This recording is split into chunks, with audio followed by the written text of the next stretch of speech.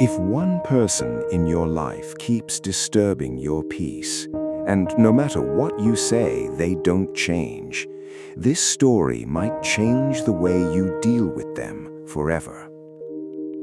Mike had everything a man could ask for: money, respect, a powerful business. From the outside, his life looked perfect, but inside it was chaos. Every day felt like a battle. His business partners argued with him. His family fought over small things.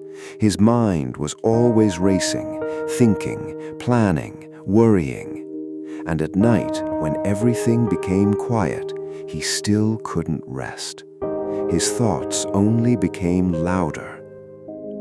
One morning, after a terrible argument that left him shaking with anger, someone said to him, "There's a monk in the mountains.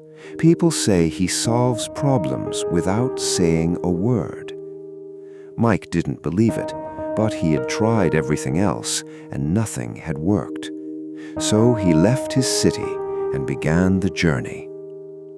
He traveled for days, through dusty roads, quiet villages, and steep mountain paths, until he reached a small monastery on a cliff.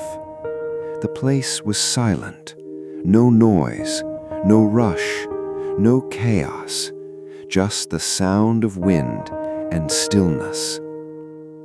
Under an old tree, he saw the monk, sitting calmly, eyes closed, hands resting gently on his lap, not moving at all. Mike walked up to him and said, "My life is falling apart. People don't listen to me. Everything turns into a fight. I try to fix things, but it only gets worse. Tell me, what should I do? How do I win? How do I make people change?" The monk said nothing. He didn't open his eyes. He didn't react. He just kept breathing, slow and steady. Mike waited. At first he stayed calm, but minutes passed, then more, and the silence began to feel heavy. His thoughts started to fill the space. He replayed old arguments, imagined new ones, thought about what he would say next. His chest tightened, his anger returned. Finally, he snapped. "Are you even listening? I came all this way for help, and you just sit there like a stone." Slowly, the monk opened his eyes. They were calm, clear, still. He didn't speak. He simply raised his hand and pointed. Mike turned to look. A small stream was flowing nearby. Water moved over rocks, smooth and steady. At one point, it hit a large, sharp stone. The water crashed into it. It splashed. It made noise. It looked like it was fighting. But then, it changed. The water didn't stop. It didn't try to break the rock. It didn't argue. It simply moved around it and kept moving forward, calm again. Mike watched carefully. The same water that looked so soft never stopped moving. The monk picked up a piece of charcoal and slowly drew a simple circle on a flat stone. Then he pointed at Mike's chest. And in that quiet moment, Mike understood.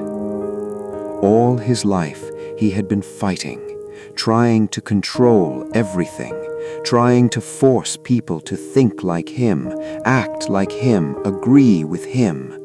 He wanted his partners to be smarter, his family to be kinder, his world to be different. And when they weren't, he pushed harder, argued louder, fought stronger.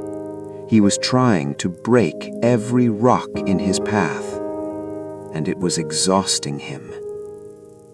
But the water didn't fight. It didn't try to change the rock. It accepted it. and kept moving. For the first time in years, Mike took a slow, deep breath, and his mind became quiet.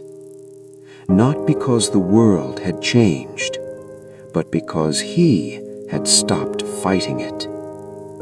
He looked at the monk. No words were needed. He bowed and began his journey back home.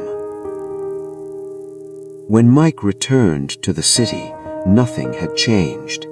His partners were still difficult. His family still argued. The world was the same, but Mike was not. In his next meeting, his partners started shouting again, accusing him, demanding more. Before, he would have reacted instantly, raised his voice, defended himself, fought back. But this time, he paused. He listened. He stayed calm like the water. Their anger hit him, but he didn't absorb it. He didn't resist it. He let it pass. Slowly, something unexpected happened. The shouting became softer. The tension started to fade. Because there was nothing to push against. No reaction. No fire. Without resistance, their anger had nowhere to go. By the end of the meeting, they were no longer arguing. They were listening. Mike didn't control them. He didn't defeat them. He did something far more powerful. He stayed in control of himself. And in that moment, he finally understood. You don't win by breaking the rock. You don't win by changing the world. You win by becoming the water.